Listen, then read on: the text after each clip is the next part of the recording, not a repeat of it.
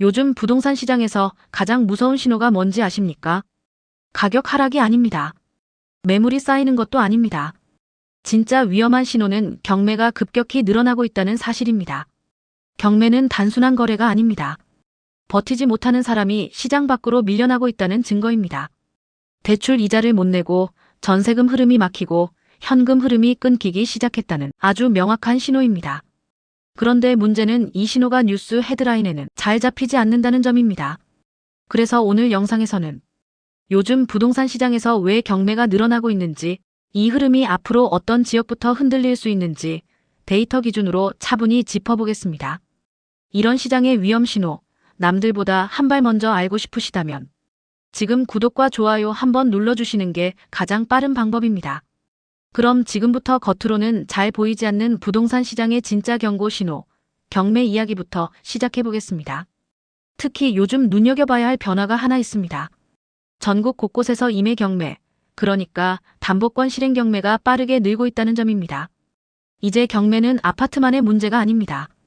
오피스텔, 상가, 꼬마 빌딩 같은 건물 전반으로 확산되고 있습니다. 이게 의미하는 바는 분명합니다. 주거용이든 수익형이든 상관없이 대출 이자를 감당하지 못하는 사람이 동시에 늘고 있다는 뜻입니다. 저금리 시절을 떠올려보면 이해가 쉽습니다. 그때는 금리가 낮았고 가격은 계속 오르는 분위기였고 무엇보다 사두면 오른다는 말이 너무 당연하게 들리던 시기였습니다. 그래서 대출을 최대한 끌어모아 자산을 매수한 사람들이 많았습니다. 당시에는 합리적인 선택처럼 보였습니다. 하지만 고금리 상황이 길어지고 경기가 둔화되고 거래가 급격히 줄어들면서 상황은 완전히 달라졌습니다. 지금 시장은 그냥 버티기만 하면 되는 시장이 아닙니다. 버티려면 현금 흐름이 계속 유지돼야 하는 시장입니다. 경매가 늘어나는 이유는 사실 아주 단순합니다. 이자 부담은 늘었는데 해결할 수 있는 방법이 없기 때문입니다. 팔고 싶어도 거래가 없고 전세를 맞추기도 어렵고 임대 수익도 기대만큼 나오지 않습니다. 그러다 어느 순간 연체가 시작됩니다. 이 연체가 몇 개월 이상 이어지면 금융기관은 선택의 여지 없이 담보를 경매로 넘겨 회수 절차에 들어가게 됩니다. 여기서부터가 정말 중요합니다. 경매는 한 사람의 실패로 끝나지 않습니다. 한번 늘기 시작하면 개인 문제를 넘어 지역, 업종, 금융까지 연결되면서 규모가 커질 수 있습니다. 경매는 시장의 가장 마지막 단계에 가깝습니다. 매도는 선택입니다. 급매도 선택입니다. 하지만 경매는 선택이 아닙니다. 통제권을 완전히 잃었을 때 나타나는 결과입니다. 이미 은행 같은 금융기관이 담보권을 실행해서 강제로 경매에 넘기는 절차입니다. 보통 원금이나 이자를 3개월 이상 갚지 못하면 이 과정이 시작됩니다. 즉, 임해 경매가 늘고 있다는 건 버틸 여력이 없는 사람이 늘고 있다는 뜻이고, 더 직설적으로 말하면 시장 안에서 돈이 돌지 않는다는 신호입니다. 실제 숫자를 보면 더 명확합니다. 올해 1월부터 11월까지 수도권에서 경매가 신청된 집합 건물은 1만 1,118건입니다. 전년 같은 기간 8,572건과 비교하면 무려 30% 가까이 증가한 수치입니다. 더 상징적인 건 수도권 집합 건물 임해 경매가 2016년 이후 처음으로 10,000건을 넘겼다는 점입니다. 여기서 말하는 집합 건물에는 아파트뿐 아니라 오피스텔, 상가 같은 수익형 부동산까지 포함됩니다. 즉, 누군가의 집만 문제가 된 게 아니라 수익형 부동산까지 동시에 흔들리고 있다는 의미입니다. 이 수치는 단순한 통계가 아닙니다. 시장에서 보면 이렇게 작동합니다. 경매 물건이 늘고 낙찰가가 흔들리고 낙찰가가 내려가면 주변 시세도 같이 낮아집니다. 시세가 낮아지면 매도는 더 어려워지고 결국 더 많은 사람들이 자산을 잃게 됩니다. 이게 바로 경매가 무서운 이유입니다. 최근 경매가 늘어나는 가장 현실적인 원인 중 하나는 대출 구조입니다. 2020년 이전에 혼합형 주택담보대출을 받은 사람들이 상당히 많았습니다. 보통 5년 정도 고정금리 이후 변동금리로 전환되는 구조였습니다. 문제는 그 5년이 끝나는 시점에 시장 환경이 완전히 바뀌었다는 점입니다. 고정금리 구간에서는 월 이자가 크게 부담되지 않았습니다. 하지만 변동금리로 전환되면서 이자를 감당해야 하는 구조가 됐습니다. 말 그대로 이자 부담이 한 단계가 아니라 두 단계 뛰어오른 셈입니다. 사람들이 가장 많이 착각했던 부분이 있습니다. 전환 시점이면 금리는 다시 내려갈 거라고 생각했고 그때쯤이면 집값은 더 올라 있을 거라고 믿었습니다. 그래서 전환 전에 팔면 된다. 조금만 버티면 된다는 판단을 했던 겁니다. 하지만 지금 현실은 어떻습니까? 거래는 줄었고 대출은 더 어려워졌고 특히 수도권 외곽과 비선호 지역은 가격이 하락하고 있습니다. 손해를 감수하고 급매로 내놔도 잘 팔리지 않습니다. 이 상태에서 전환된 금리를 감당하지 못하면 연체가 시작되고 연체가 누적되면 결국 경매로 이어집니다. 이 과정에서 가장 많이 나오는 말이 있습니다. 조금만 버티면 오를 줄 알았는데 집값은 안 오르고 이자만 계속 오릅니다. 지금 경매는 이 말이 현실이 된 결과입니다. 경매가 늘어나는 또 하나의 큰 축은 바로 자영업입니다. 건물이든 상가든 부동산을 담보로 잡고 대출을 받은 자영업자들이 상당히 많습니다. 문제는 경기 둔화가 길어지면서 매출은 줄어드는데 금리는 여전히 높은 수준에서 유지되고 있다는 점입니다. 매출이 줄어들면 가장 먼저 타격을 받는 건 현금 흐름입니다. 현금이 들어오지 않으면 임대료부터 막히고 인건비와 재료비를 감당하기 어려워지고 결국 가장 마지막에 남는 대출 이자까지 버티기 힘든 상황으로 몰리게 됩니다. 실제로 한국은행 자료를 보면 취약 자영업자 차주의 규모가 상당히 크게 잡히고 있습니다. 이들은 소득 대비 부채 비율이 높고 이자, 부담을 감당하기 어려운 상태에 놓일 가능성이 큽니다. 그리고 이 과정에서 건물이나 상가를 담보로 잡았던 대출이 경매로 이어지는 사례가 점점 늘어나고 있습니다. 이게 무서운 이유는 자영업 관련 경매가 늘어나면 단순히 개인 한 명의 문제가 아니라 상권 전체가 약해지는 악순환이 만들어지기 때문입니다. 상가나 건물이 경매로 넘어가면 새로운 임차인을 구하기가 쉽지 않고 공실 기간이 길어지며 주변 임대료는 자연스럽게 내려갑니다. 임대료가 내려가면 기존 자영업자들의 매출도 함께 줄어들고 결국 또 다른 상가들이 버티기 어려운 상황에 놓이게 됩니다. 그래서 주택 경매는 개인의 자산 문제처럼 보일 수 있지만 상권에서 발생하는 경매는 지역 경제 자체를 흔들어 놓는 성격을 갖습니다. 이런 흐름이 동시에 늘어나는 시기에는 시장의 회복 속도가 더뎌질 수밖에 없습니다. 원래 대출로 산 자산은 최악의 경우 팔아서 정리하면 됩니다. 하지만 지금 시장은 팔고 싶어도 쉽게 팔리지 않습니다. 대출 이자는 매달 빠져나가는데 매도는 몇 달씩, 경우에 따라서는 몇 번이고 밀려납니다. 그 사이 금리는 부담으로 계속 누적됩니다.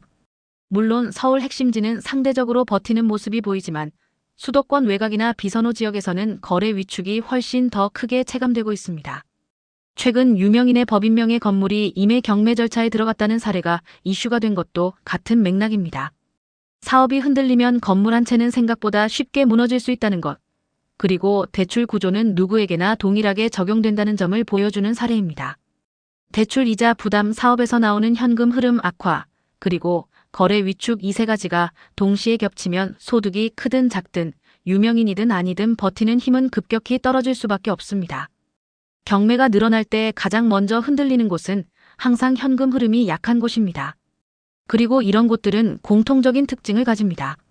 거래가 느린 지역, 가격 회복이 막힌 지역, 임대 수요가 약한 상품, 그리고 대출 비중이 높은 보유자들입니다. 그래서 수도권 안에서도 파주나 평택처럼 거래 속도가 더딘 지역, 그리고 강원도나 제주도처럼 수요가 급격히 줄어드는 지역에서 임의 경매가 계속 나올 수 있다는 전망이 나오는 이유입니다. 이건 공포를 조장하는 이야기가 아니라 지금 시장에서 실제로 나타나고 있는 구조적인 흐름입니다. 지금부터는 한때 제주도의 새로운 투자 대안으로 주목받았던 한 숙박형 부동산 단지 이야기를 해보겠습니다. 이곳은 제주 서귀포시 외곽, 바다와는 거리가 있지만 조망이 가능하다는 이유로 개발이 추진된 숙박형 레지던스 단지입니다. 공항에서도 멀고 주요 관광지와도 떨어져 있어 접근성은 좋지 않았지만 분양 당시에는 제주 자연속 프라이빗 숙소라는 이름으로 포장됐던 곳입니다. 하지만 지금 이 단지는 사실상 멈춰버린 공간이 됐습니다. 불이 꺼진 객실, 닫힌 출입문, 그리고 관리가 끊긴 채 방치된 건물만 남아 있습니다. 이곳 역시 한때는 노후 대비와 임대 수익을 동시에 꿈꾸며 투자했던 사람들의 선택이었습니다. 그리고 그 선택이 어떻게 경매로 이어졌는지, 왜 이런 결과가 나왔는지를 차근차근 살펴볼 필요가 있습니다. 단지는 외형만 보면 아직도 멀쩡해 보입니다. 콘크리트 외벽은 남아있고 건물 배치는 리조트 형태를 갖추고 있습니다. 하지만 가까이에서 보면 상황은 전혀 다릅니다. 창문 일부는 깨져 있고 복도에는 습기 자국이 선명합니다. 객실 안에는 사용되지 않은 침대와 가구가 그대로 남아있고 장기간 방치로 인해 곰팡이 냄새가 진동합니다. 공용 공간의 조명은 꺼진 지 오래고 관리 사무실은 텅 비어 있습니다. 이 단지는 최근 마지막 남아있던 호실들까지 임의 경매 절차에 들어갔고 실질적인 운영 주체는 모두 사라진 상태입니다. 낙찰이 이뤄질 가능성도 높지 않습니다. 위치, 수요, 운영 여건 모두가 현재 시장과 맞지 않기 때문입니다. 이 단지에 투자했던 박모 씨는 50대 초반의 자영업자였습니다. 2018년 제주 숙박시장이 호황이라는 이야기가 끊이지 않던 시기, 박 씨는 분양 상담을 통해 이 단지를 알게 됐습니다. 분양사는 이 숙박형 부동산이 주택수에 포함되지 않아 세금 부담이 적고 위탁 운영을 통해 매달 안정적인 임대 수익이 나온다고 설명했습니다. 당시 제주도는 관광객 수가 최고치를 기록하던 시기였고 숙소 부족 이야기가 계속 나오던 때였습니다. 박 씨는 이 흐름이 쉽게 꺾이지 않을 것이라 믿었습니다. 그는 개인 자금 2억 원과 은행 대출 3억 원을 더해 한 호실을 분양받았습니다. 분양가는 5억 원 수준이었습니다. 초기 1에서 2년 동안은 실제로 소액이지만 수익이 발생했습니다. 그러나 2020년을 전후로 상황이 급변했습니다. 대형 리조트와 호텔이 잇따라 공급되면서 중소형 숙박시설의 경쟁력이 빠르게 약해졌고 제주 관광 수요도 예전만큼 꾸준하지 않게 변했습니다.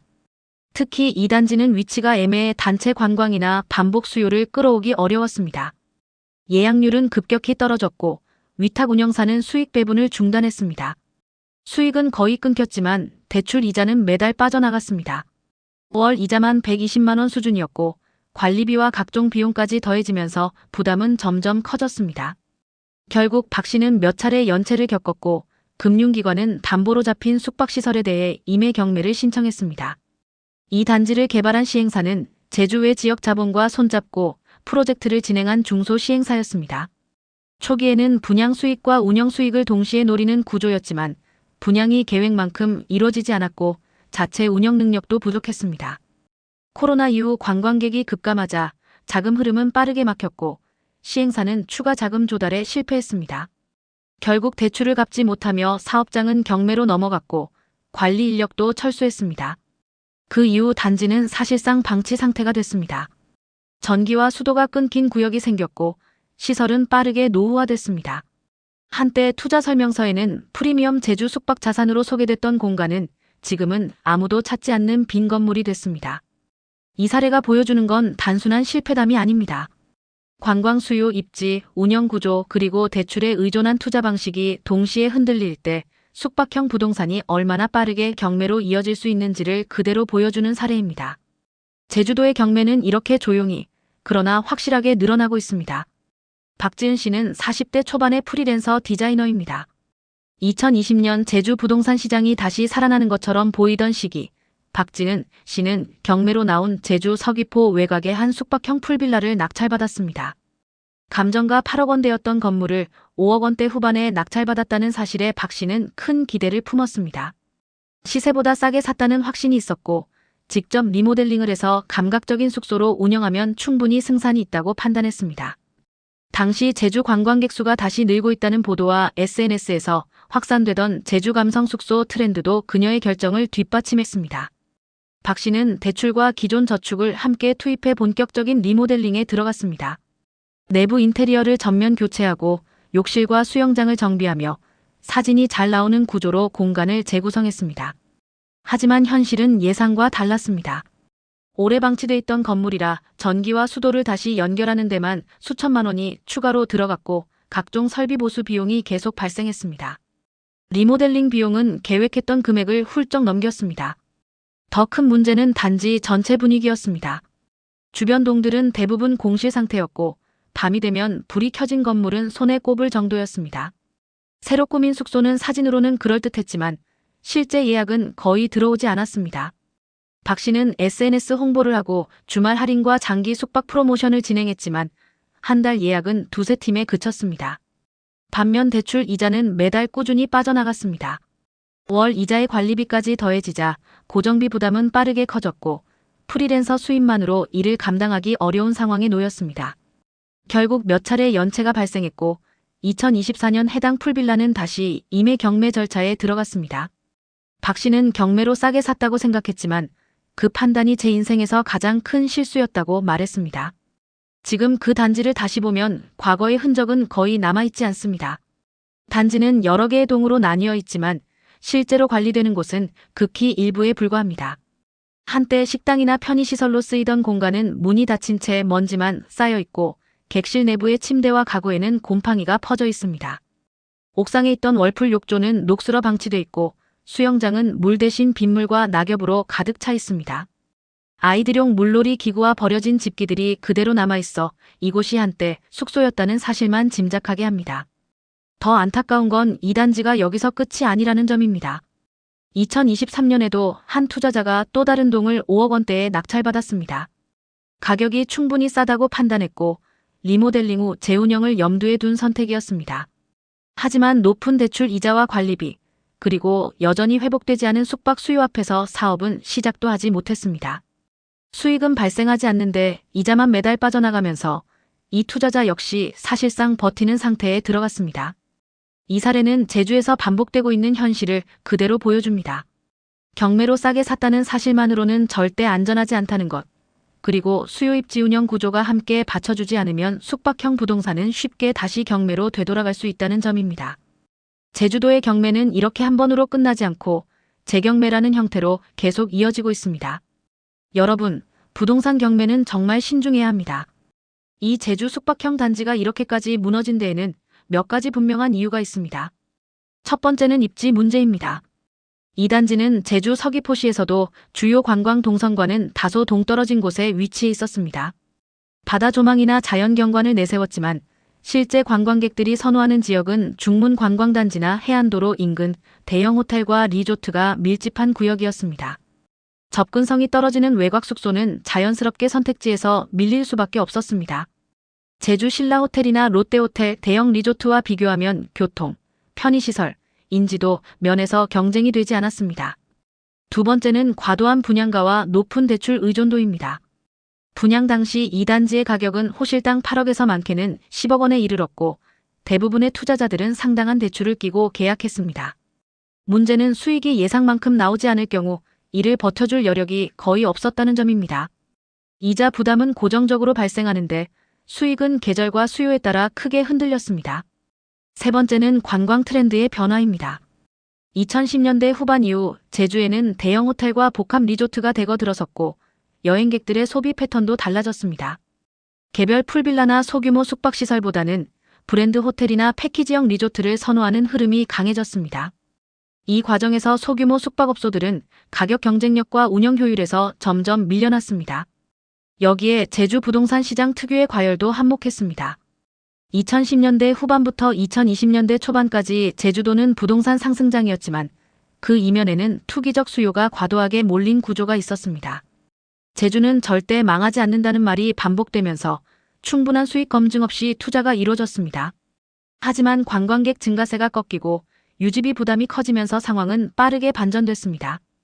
특히 코로나 이후 관광객이 급감했던 시기에는 소규모 숙박시설들이 직격탄을 맞았습니다.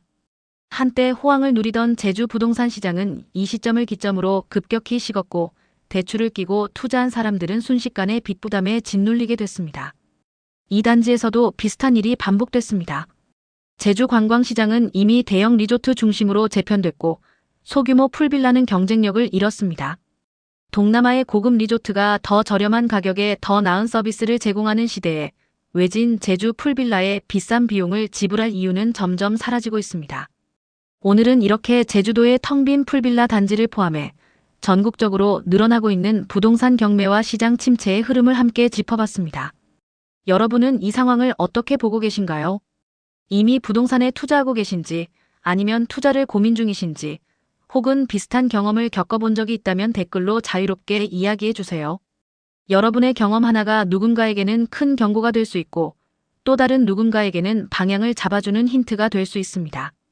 이런 이야기들이 겉으로 드러나지 않아 더 중요하다고 느껴지셨다면 구독과 좋아요로 함께 해주세요.